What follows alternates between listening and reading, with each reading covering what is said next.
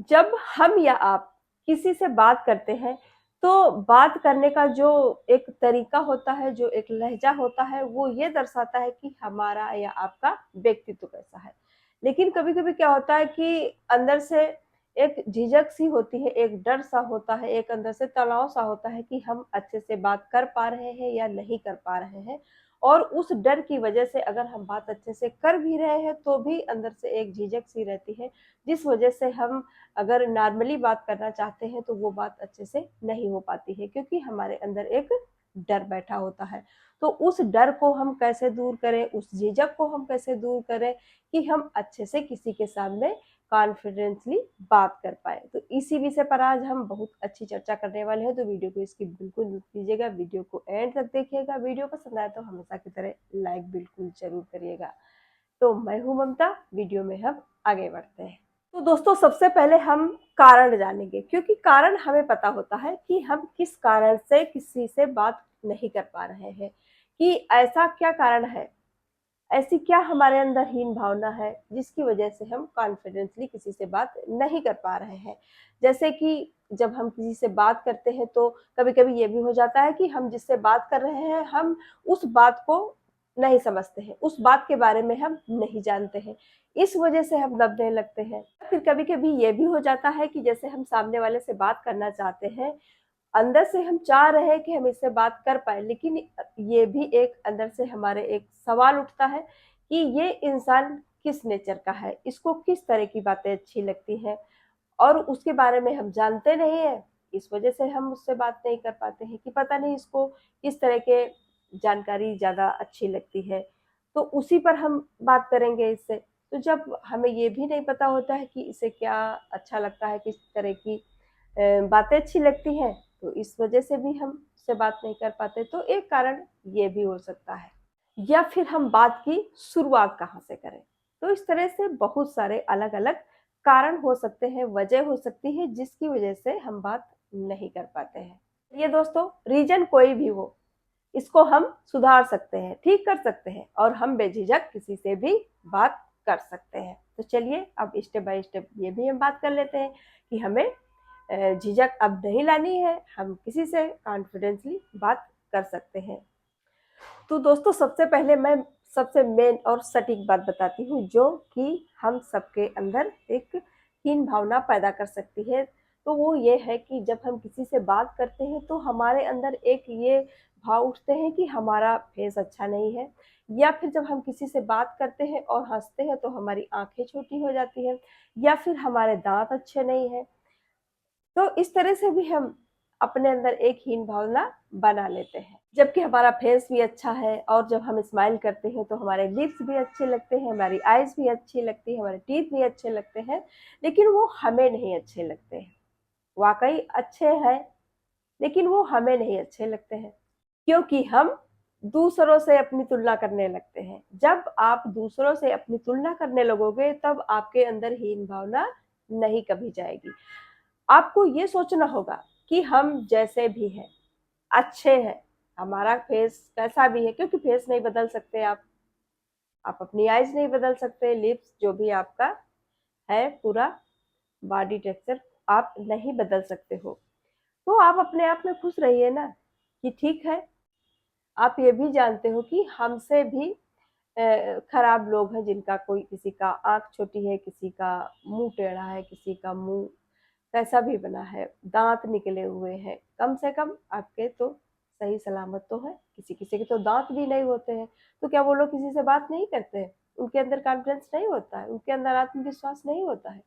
तो अगर आपको ये सब चीज़ों में पड़ना है कि हमारा ये नहीं अच्छा लग रहा, वो नहीं अच्छा लग रहा, तो आप कभी भी अपने अंदर ये भाव नहीं पैदा कर सकते हो कि हाँ, हम किसी से अच्छे से बात कर पा रहे हैं।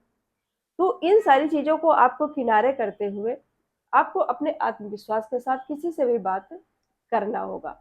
आपकी हर चीज़ अच्छी है। जब आपका नेचर अच्छा होगा, आपके विचार अच्छे होंगे, तभी आपको लोग पसंद करेंगे। आपकी आँखों से, आपके चेहरे से, आपके दाँतों से आपकी कोई वैल्यू नहीं होती है। सिर्फ़ ये हम और आप सोचते हैं कि हमारा ये अच्छा नहीं लग रहा है, इसलिए हम लोगों से बात नहीं कर पाते, झिझकते हैं, लोग हमें पसंद नहीं करते हैं, ऐसा कुछ भी नहीं है। जब आपके विचार अच्छे होंगे, तब लोग आपको ज़रूर पसंद करेंगे। एक और बड़ी बात है, जिससे आप हीन भावना पाल लेते हो। जैसे कि आप मान लीजिए कम पढ़े-लिखे हो, या ऑफ़िस में आपका कोई काम है, या फिर आपके बच्चे का कोई पेरेंट्स मीटिंग है या एडमिशन है, वहाँ आपको जाना पड़ जाता है, तो आपको लगता है कि हम वहाँ कैसे जाएँगे? हम वहाँ कैसे बात करेंगे? हमें कोई जानकारी लेनी होगी तो हम कैसे पूछेंगे? क्योंकि हमें पता नहीं है, हम अनपढ़ हैं, और जो भी वहाँ का स्टाफ होगा, हो सकता है हमसे इंग्लिश में बात कर ले, तो हम उसकी बात को नहीं समझ पाएँगे। तो हम उसको कैसे समझेंगे, कैसे डील करेंगे? इस वजह से आपके अंदर बहुत सारी चीज़ें होती हैं, जिसकी वजह से अपने कामों को आप नहीं कर पाते हो। तो इस बात को गाँठ बाँध लीजिए कि आप अगर किसी काम से किसी दफ़्तर में, किसी स्कूल कॉलेज में अपने बच्चे के लिए जाते हो, या कहीं पर भी जाते हो, तो आपका फ़र्ज़ है, आपका हक है ये, कि आप बेझिझक किसी से भी अपनी बात को पूछ सकते हो, उसमें झिझकने की कोई ज़रूरत नहीं है। अगर आपको इंग्लिश नहीं आती है, तो आप साफ तौर पर कह दीजिए कि मैडम, सर, जो भी आपके हैं, उनसे आप साफ-सुथरे भाषा में कह दीजिए कि हमें ये भाषा समझ नहीं आती है, आप हिंदी में आप हमें समझाइए तो हम अच्छे से समझ जाएँगे। क्योंकि आप पैसे खर्च कर रहे हैं अपने बच्चे के लिए, एडमिशन करवाने गए, या फिर कोई पेरेंट्स मीटिंग है, तो अपना पैसा खर्च करते हो, कोई फ्री नहीं है। या किसी काम से जो भी जाते हो, तो आपका हक है हर चीज़ जानने का, समझने का, तो बेझिझक आप पूछ सकते हो। तो ये बात फिर से मैं कह रही हूँ, गाँठ बाँध लीजिए कि कहीं पर झिझकना नहीं है। आपको बात समझ नहीं आती है, दोबारा पूछिए, 4 बार पूछिए, भाई समझ नहीं आया मुझे, आप हिंदी में बताइए। हिंदी तो समझ आती है ना आपको, तो हिंदी में समझ सकते हो। आप अपनी बात कह सकते हो कि आप हमें हिंदी में समझा दीजिए, ये बात हमें इंग्लिश में समझ नहीं आ रही है। तो वहाँ पर शर्माने, झिझकने की कोई ज़रूरत नहीं कि कोई कहेगा कि लो, इनको तो इंग्लिश ही नहीं आती है, कोई ज़रूरी नहीं है। हमें हिंदी आती है, बहुत अच्छी बात है। तो इस तरह से कहीं पर भी आपको दबना नहीं है। अगर दब गए, तो आपका जो काम भी हो रहा था, वो भी नहीं होगा। लोग आपको इग्नोर करना शुरू कर देंगे कि इसको समझ नहीं है, इसको अकल नहीं है। तो आप और दबते चले जाओगे, लोग आपको और दबाता चले जाएँगे। आप बेवकूफ़ बनते चले जाओ, कहीं पर भी आप अपना काम नहीं बना सकते हो। इसलिए कहीं पर भी आप जाओ, बेझिझक, शर्म कोई नहीं, किस लिए शर्म करना भाई?